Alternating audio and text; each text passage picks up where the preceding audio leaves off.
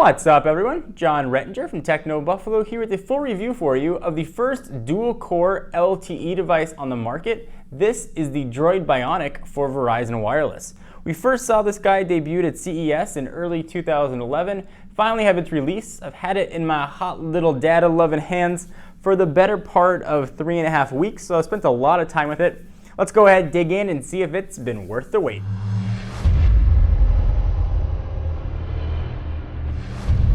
Alright, so before I jump into all kinds of other goodness about the phone, let's talk about call quality. If it's not going to make good phone calls for you, there's not much of a point behind having this. As with most Verizon devices I've tested, call quality was outstanding. This handled the LTE to 3G transition better than any of the other 4G LTE devices I've tested, including the Charge and the Thunderbolt. So no problems at all when it comes to voice quality. Motorola has really done a nice job with this phone. In my 20 call test, I had 0 drop calls, including areas where I generally get drop calls for Verizon Wireless. I was able to maintain a pretty strong 4G signal of about 2 bars most places that I went, and I did travel out of the 4G area to see how it worked. I used this phone as my daily driver for 3 odd weeks. And it really worked well, and I was very happy with the phone's performance. So no worries there. Speakerphone is pretty average. It's loud enough. If you rely on speakerphone in your car, though, you're definitely going to want to invest in a Bluetooth headset or Bluetooth speaker. All right, so enough of that. Let's go ahead and start with the hardware, because there's a lot of stuff to talk about the hardware packed into this guy. So let's go ahead and get started with the design, and then we'll run through all the specs. It's got sort of that familiar shape we've been seeing with a lot of Motorola's phones. The Droid X and the Droid X2. It's sort of this teardrop, fat in the top, skinny down below, or reversed type setup. So on the thickest point, it's 13.3 millimeters. On the thinnest, it's 11.3 millimeters. The screen itself is very similar to the screen that we saw on the Droid X2, QHD, 4.3 inches. That's going to give you a resolution of 540 by 960, and of course that's always measured diagonal. Capacitive touchscreen, all the stuff you would expect. 4G LTE speeds, a little bit over a gig of RAM actually. On the back, we've got, living on the hump, we have an 8 megapixel camera with LED flash that can shoot 1080p video. We'll talk about the video quality in just a moment as well. It's got a VGA front-facing camera, and that dual-core processor is a Texas Instruments built one with 1 gigahertz on each core. Interestingly, Motorola went away from the Tegra 2 they've used in previous dual-core devices for the Texas Instruments processor in this one. All right, so let's go ahead and see what else we're going to have around the phone. On the left-hand side, it's where your charging port's going to live. HDMI out. I'm not going to go over that. It's HDMI out. It's a mini HDMI. On the top of the device, on the left-hand side is where your power and lock button is going to be. I prefer it on the right, but that's just a taste thing. 3.5 millimeter jack on the right. Volume rocker up and down, very well pronounced, easy to use. Speaker on the top. You've got some indicators here as well for proximity sensors. There's the VGA camera on the front. And the back is sort of dubbed in the soft touch finish. It's got a pretty good feel in the hand, actually. Underneath this cover is a monumentally giant 1700 milliamp hour battery. That's a 10% increase over the Charge and a 15% increase over the Thunderbolt. One of my big knocks on LTE phones has been battery life has been atrocious. I'm very heavy on my phones when it comes to email. I've got 2 accounts that's searching for messages almost all the time, even when I have push services on here. Maybe about 2 hours of phone calls, some YouTube viewing on here, and a lot of web browsing. And I was able to get through a full day of battery life. Just barely, but I was able to get through a full day. So chances are, if you're less of a power user than me, you're not going to have any trouble getting through a full day with the Droid Bionic. So hats off to Motorola for that one. All right, so let's go ahead and talk about performance. That was really the big thing that I wanted to know about this phone, is how is this sucker going to perform? Well, my quadrant score was 2,140, and that's with the stock ROM here. So that was a pretty decent performance overall, I think. Certainly, if you decide you want to get in there and tinker, you could probably eke out some better scores, but 2140 was very, very nice. And certainly quadrant's not the only benchmarking test you can do, but it's constant in all my Android tests. I always use quadrant, so you can check out other scores there as well. This phone is blazing fast, just very, very, very quick. I'm not connected to any sort of Wi-Fi here, but it's quick from app loads, it's quick for web browsing, it's quick for everything. Pinch to zoom, no lag at all. Even when I'm viewing sites that have flash on, I don't notice any sort of slowdown. This thing is extremely capable and really able to bring in just some tremendous speeds and performance.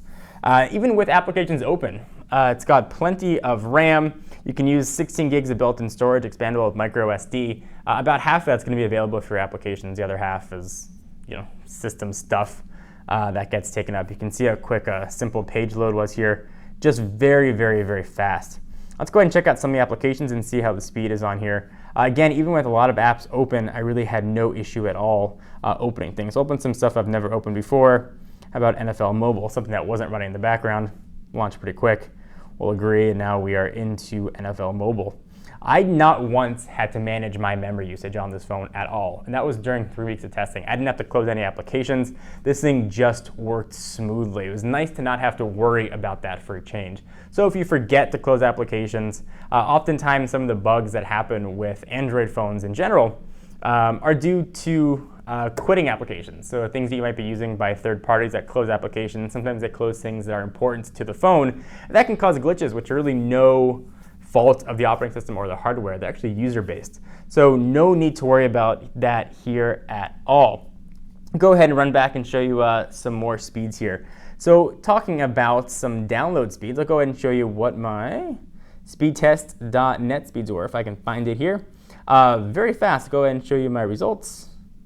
I was pulling down about, you can see here the 2 most recent ones, 4.2 down and 5.57 up was the most recent test.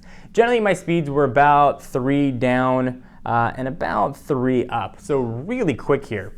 Most impressive, I think, is the up speeds. If you need to use your phone or use the mobile hotspot capabilities to, say, upload a video, you're going to be able to do that. 5 megabits per second up is faster than most average people's home connections. Yours might be crazy faster, but for most people, it's not going to be the case. So this thing really is an absolute speed demon. All right, let's talk a bit about the software here. You're looking at a skinned version of Gingerbread. It's got Moto Blur on it, kind of, but you're not calling it Moto Blur anymore. And because you're not calling it Moto Blur anymore, it's actually a usable version of Moto Blur. So yay for that. Here's some tweaks. Go ahead and look at applications.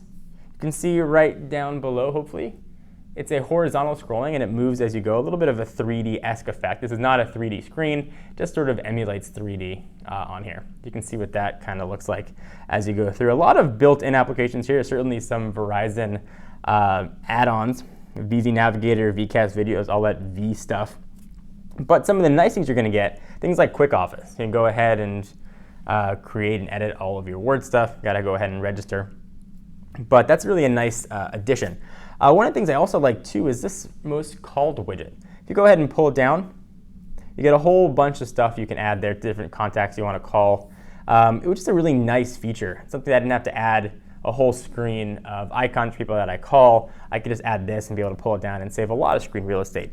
This might be a personal thing, but I found myself going like this quite a bit, similar to what you do with HTC Sense or TouchWiz lets you do that. If you go ahead and hit home, you can jump around and see the home screen and see what stuff look like and go to the one you want. But I kept finding myself wanting to do that. Didn't work though. So if you're familiar with HTC devices, you're going to want to get used to that a little bit. I wish that the pull down here also had notifications across the top and things that will let me turn Wi-Fi off, turn 4G off, and those kind of toggle switches. But alas, it does not. One of the nice things about Android too, if you don't like the way this looks, you can download a brand new launcher and be all off to go. Launcher Pro is one of those ones that are really good and very easy to use. So let's take a look at some of the widgets that's going to be available on here as well. So I'll go ahead and open this up. Take a look at widgets. And some are standard Android, some are Motorola. Go ahead and let you see what it is. Citrix for some remote office stuff. Go through and scroll through all of them and see what they are. So there are little widgets like Wi-Fi toggle that you can add, but I got used to sort of having them up here. Certainly there are tweaks though that you can do to give you those options as well. So let's run through the hardware again just very quickly. It's pretty nice, thin device, able to fit in my pocket without any sort of worry. The screen here was very decent. If I go ahead and take a look at some colors, Some wallpapers, for example, you can see what the screen looks like, although some always gets lost in translation a little bit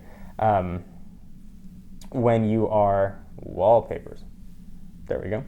We'll go to wallpapers when you're filming it. I had a little bit of trouble in direct sunlight.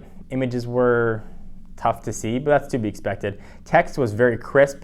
Images came across very clear and bright. Blacks were very black. Colors were very colorful. Text, I'll go ahead and jump back to the website here. We'll load an article, iPhone 5 live blog, for example. And this is over just a 4G connection. See, there's a ton of stuff loading. There's Flash content pulling in here. No speed decrease at all. Text was very good, really crisp. I didn't get any sort of pixelation on this device. So if you're looking for one of the fastest, possibly one of the most spec'd phones out there, I'd say this and the Galaxy S2 would be the ones that are definitely top of the list. This is a great phone, and this is one of the Android phones that I can wholeheartedly recommend. It doesn't make any compromises. You don't sacrifice battery life to get the faster data speeds. You're not sacrificing performance to get the size.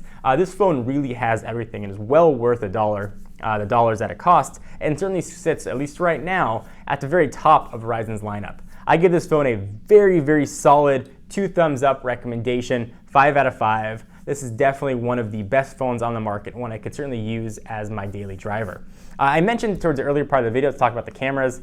Camera quality was about average, about what you'd expect from a camera phone. Nothing to write home about. Certainly not going to become, I always make this bad joke, Ansel Adams with your camera phone, but it does work decently, and it will shoot HD video, so if you're out and about and your friends are doing something funny, this will work, but definitely don't leave your standard point and shoot camera at home. Hope you guys enjoyed this full review of the Motorola Droid Bionic. I'm John Rettinger from Techno Buffalo. Be sure to check us out for all of your tech news, and I will see you in the next video.